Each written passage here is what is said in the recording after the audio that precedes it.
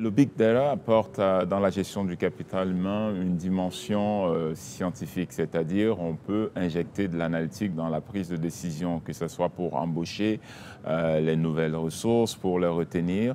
On injecte l'analytique dans la prise de décision parce qu'actuellement on utilise très souvent notre expérience et l'intuition sans penser à la dimension Big Data analytique qui va venir vraiment enrichir avec les données qu'on retrouve publiquement disponibles, comme les données sur les réseaux sociaux, les données de la mise à jour des résumés, des profils, et qui contiennent une bonne information que les ressources humaines, très souvent, ne vont pas regarder. Alors le Big Data synthétise tout ça, vient nous permettre d'avoir une combinaison d'art et de science pour prendre les meilleures décisions.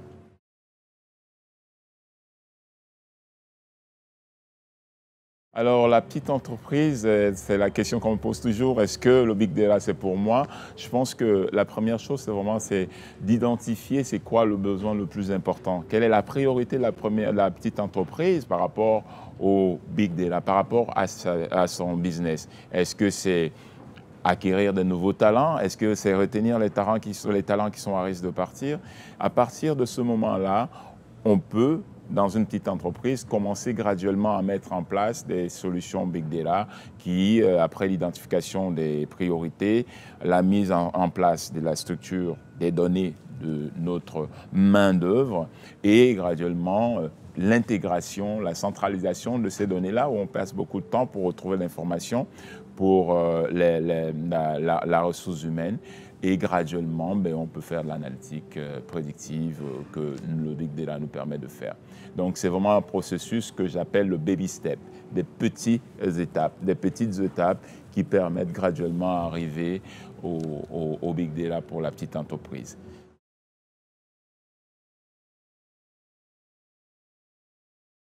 Est-ce que le Big Data va remplacer les ressources humaines? C'est une question qui me très souvent posée quand je donne des conférences, parce que c'est la grosse crainte que les algorithmes vont remplacer les ressources humaines. Non, moi je le vois plutôt comme un support à la prise de décision.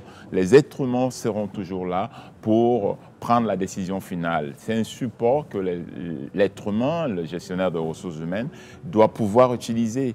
Les nouveaux gestionnaires, ceux qui vont vraiment performer à l'ère du Big Data, ce seront ceux qui seront capables d'utiliser l'intelligence du Big Data Analytics pour prendre les meilleures décisions, que ce soit pour l'acquisition des talents, le développement des talents, la rétention des talents, le bien-être, ou comme on le voit aussi, aider l'entreprise à être beaucoup plus compétitive et puis à gagner des nouvelles parts de marché. Donc, ça ne remplacera pas, mais c'est un support incontournable.